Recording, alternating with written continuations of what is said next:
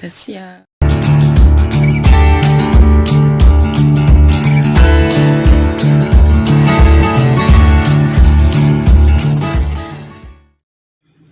Assalamualaikum guys.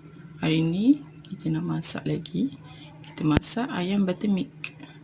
Okey, bahan-bahan dia: ayam, bawang putih 3 biji, bawang Holland separuh, susu cair, buttercup ataupun butter, telur, sedikit garam, 2 tangkai daun kari dengan tepung bistari. Okey, jom kita masak. Okey, mula-mula kita perap ayam, masukkan tepung bistari secukupnya.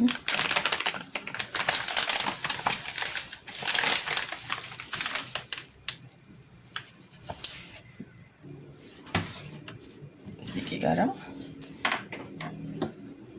sebiji telur,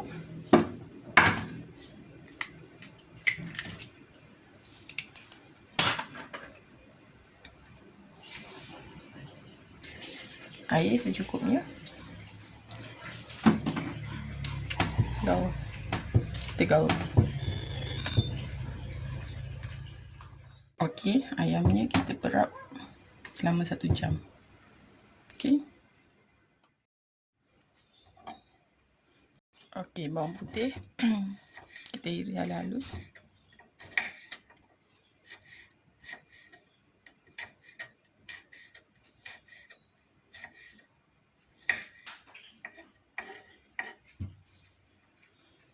Bawang Holland dipotong dadu.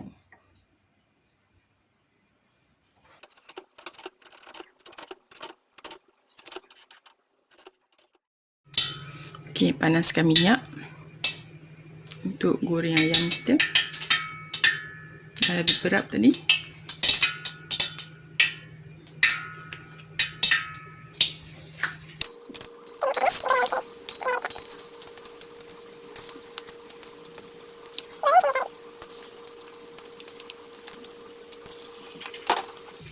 Okey, kita tunggu ayam kita garing. Jangan lupa subscribe channel Acik. Okey, ayamnya hampir masak.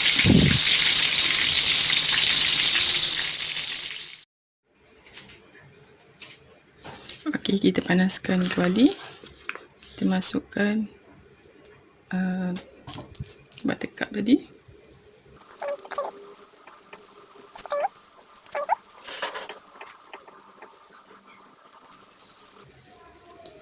Okey, buttercup dah cair, kita masukkan bawang putih, kita tumis.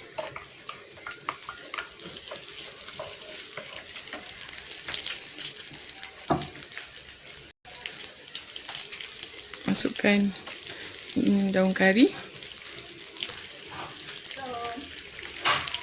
Tumis sehingga naik bau.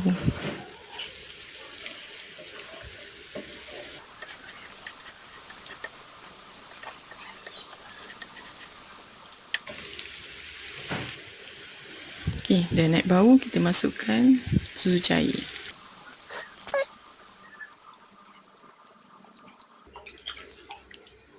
Setengah tin. Bawang kita.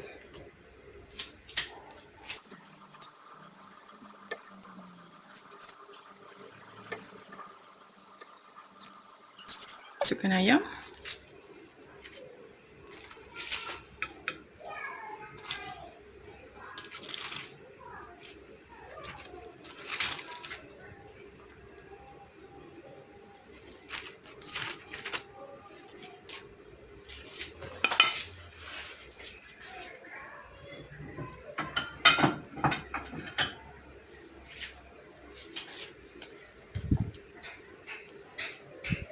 Masak sehingga pekat, sedikit pekat.